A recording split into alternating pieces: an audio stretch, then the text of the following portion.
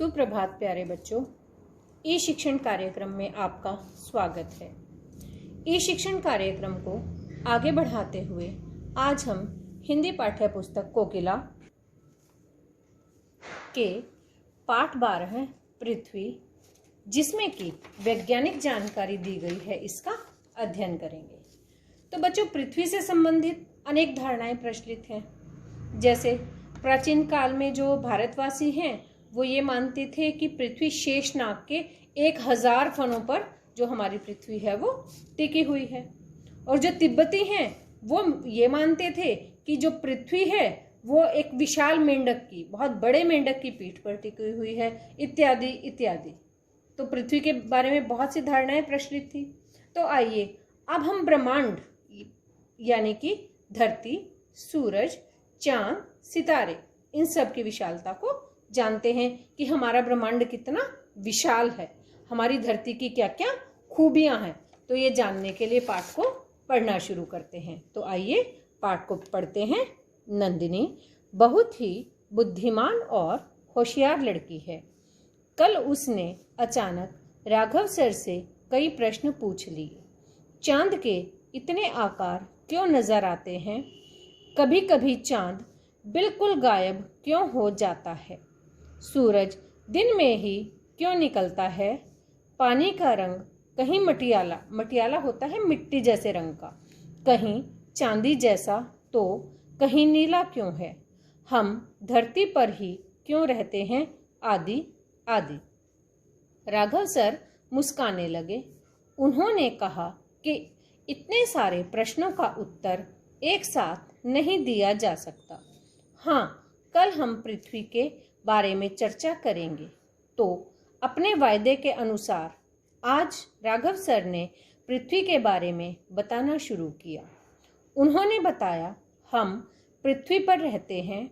यह न केवल मानव अपितु अन्य लाखों करोड़ों प्रजातियों का भी घर है।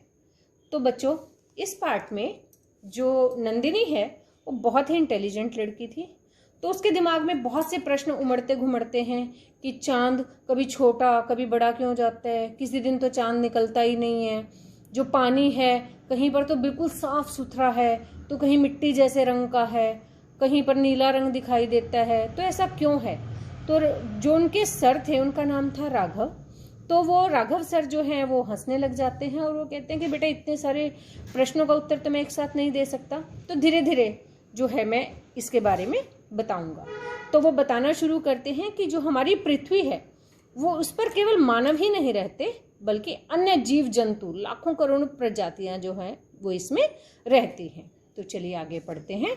हमारे सौरमंडल के 8 ग्रहों के क्रम में पृथ्वी का तीसरा स्थान है। यानी कि हमारा जो सौरमंडल है, सोलर सिस्टम है, उसमें 8 ग्रह हैं और उसमें पृथ्वी का स्थान जो है वो तीसरा है। और आकार की दृष्टि से सभी ग्रहों में पृथ्वी का स्थान 5वां है। और अगर साइज की बात की जाए, आकार की बात की जाए 8 ग्रहों में, तो पृथ्वी का स्थान 5वें नंबर पर आता है। सूर्य का व्यास होता है घेरा, पृथ्वी से 109 गुना बड़ा है। आपने देखा होगा, हम देखते हैं सूर्य हमें बिल्कुल छोटा सा नजर आता है दूर से, इतना सा, जबकि सच्चाई ये है कि सूर्य हमारी पृथ्वी से 109 गुना बड़ा है। पृथ्वी एकदम गोल नहीं है, यह लगभग गोल है। इसमें कुछ चपटापन है।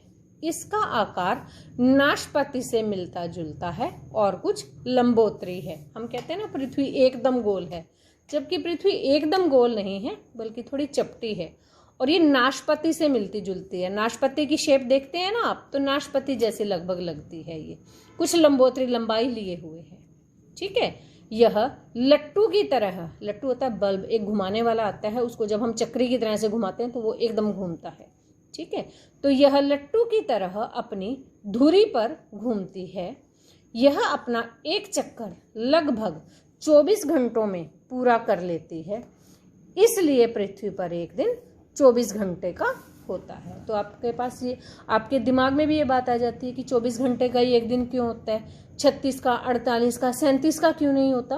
तो इसका जवाब ये है कि लट्टू की तरह अपनी ही धुरी पर, अपने ही एक्सिस पर घूमती है और जो चक्कर है वो पूरे 24 घंटों में पूरा कर लेती है। इसलिए यहाँ पर जो पृथ्वी पर जो दिन है वो 24 घंटे का होता है।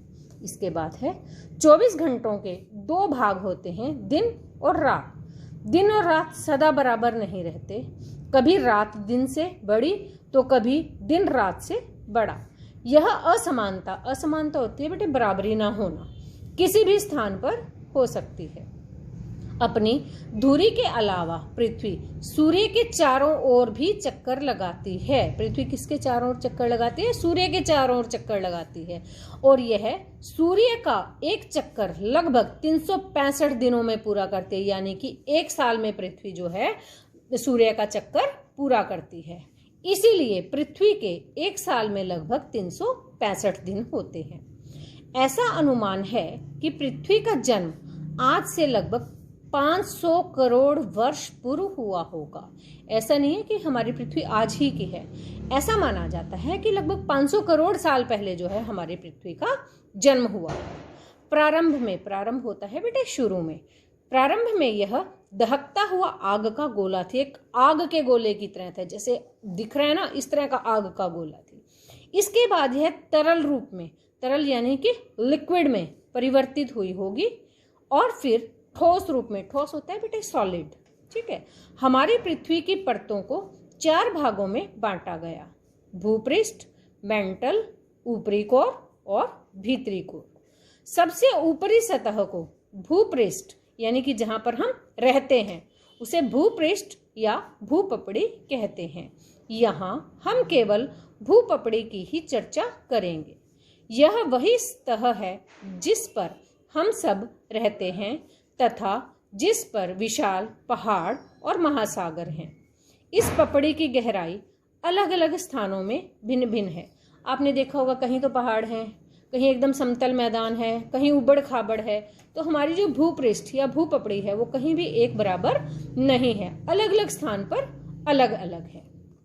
पृथ्वी का क्षेत्रफल लगभग 51 करोड़ वर्ग किलोमीटर है। इसके बाद हम जिक्र करते हैं चंद्रमा का। आपने देखा है चंद्रमा रात को चमकता है, कभी छोटा सा हो जाता है, कभी और बड़ा, एक दिन पूरा गोल हो जाता है। उसकी रोशनी जो है वो पूरे आसमान के साथ साथ हमारी धरती तक भी वो किरणें पहुंचती हैं। चंद्रमा की रात जो है वो बड़ी अच्छी लगती है। तो आइए अब चंद्रमा के बारे में पढ़ेंगे। चंद्रमा का जिक्र न किया गया तो पृथ्वी की चर्चा अधूरी ही रहेगी।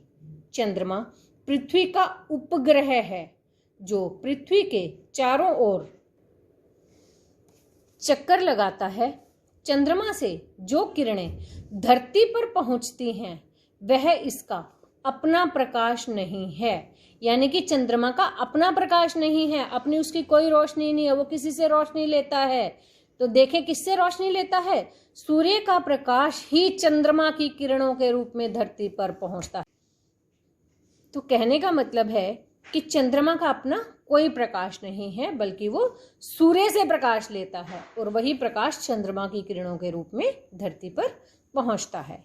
इसका व्यास पृथ्वी के व्यास होता है बेटे घेरा, पृथ्वी के व्यास से 1/4 है, 1/4 है, ठीक है। सूर्य तो हमारी पृथ्वी से, सूर्य का व्यास तो 109 गुना बड़ा है, जबकि चंद्रमा का व्यास पृथ्वी के व्यास से केवल 1/4 है, ठीक है। यह पृथ्वी से लगभग 3,84,000 किलोमीटर की दूरी पर है।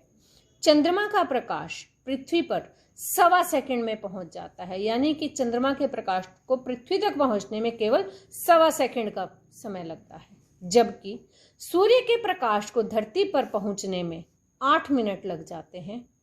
यह एक ऐसा अनूठा ग्रह है जिसके लगभग 71% भाग में जल ही जल है। इसके चारों ओर वायु है। इसका तापमान भी प्राणी जगत के लिए अनुकूल एवं पोषक है, इसीलिए यहाँ पर जीवन है। तो हम ऐसा इसलिए कहते हैं कि पृथ्वी ही एकमात्र ऐसा ग्रह है जहाँ पर जीवन संभव है। ऐसा इसलिए क्योंकि यहाँ की जो परिस्थितियाँ हैं, यहाँ का वातावरण है, यहाँ का टेम्परेचर है, तापमान है, वो प्राणी जगत के लिए एकदम अनुकूल है, इसीलिए यहाँ पर जीवन है। यानी कि जीवन जीने के लिए जिन जिन चीज़ों की ज़रूरत होती है, हवा, पानी, ये सब हमारी पृथ्वी पर मौजूद है। तो बच्चों, अब आप समझ गए होंगे कि पृथ्वी या भूमि को माता क्यों कहा जाता है? यह हमें जन्म देने के साथ साथ अन्न, वस्त्र, फल, फूल आदि प्रदान करती है और हमारा पालन करती है। तो बच्चों, आपने इस पाठ में पृथ्वी के बारे में पढ़ा। तो अब आप इस पूरे पाठ को कम से कम 2 बार पढ़ेंगे और अंत में दिए गए शब्दार्थों का अच्छे से अध्ययन करेंगे। धन्यवाद।